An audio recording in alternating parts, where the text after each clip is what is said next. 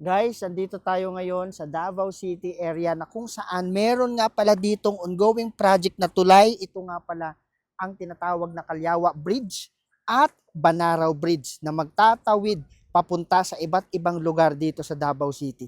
At kung napapansin nyo, itong dinadaanan ko guys, ito nga pala ang tinatawag nilang tulay at nagkakabit na sila dito ng girder guys. Ayan o, kitang-kita nyo naman guys, yung mga nagtatrabaho talagang pinapaspasan na nila para matapos na at madaanan na itong kanilang proyekto dito sa area. At yung makikita nyo guys sa baba, yan nga pala ang Davao River na nag-uugnay sa iba't ibang lugar ng Davao City. So dito lang yan guys sa may Calyawa Bridge na ginagawa na. So ayan yung mga nagtatrabaho dito, talagang solid at sureball na garantisado.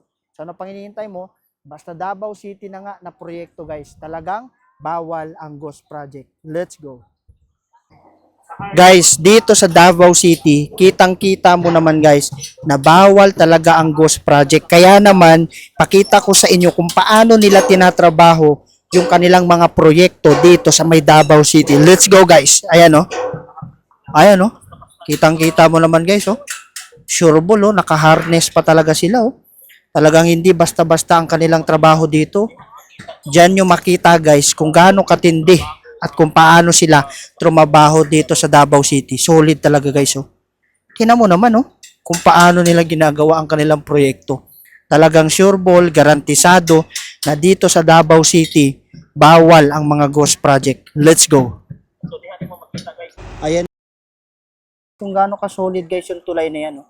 So ganyan katindi ang mga proyekto dito sa Davao City na talagang sureball, garantisado ang pagkatrabaho. So basta Davao City na nga guys ang proyekto, 101% na bawal ang ghost project. Let's go! Yan oh. Guys, nandito nga pala tayo sa may Davao City, Calyawa Bridge area na kung saan ongoing ang proyekto at matatapos na to ngayong first quarter ng taon. Pakita ko sa inyo yung mga masipag na construction worker na talagang, ayan oh, sinusukat nila ng matindi at garantisado ang kanilang pagkatrabaho.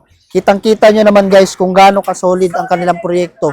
Ayan o. So kinakabit na nila yung girder guys. Mayroon pa doon nag-welding sa part na yon.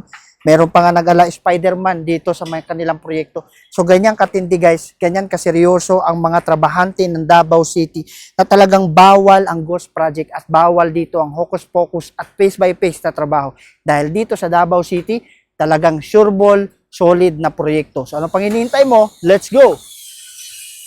Ayan guys oh, ganito katindi guys kung paano tinatrabaho ang mga solid na tulay dito sa may Davao City. Talagang hindi basta-basta guys ang kanilang proyekto.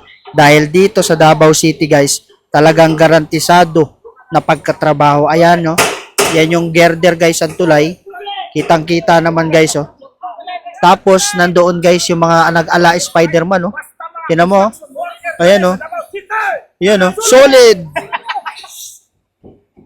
Yan o. Kasi ito yung mga tulay.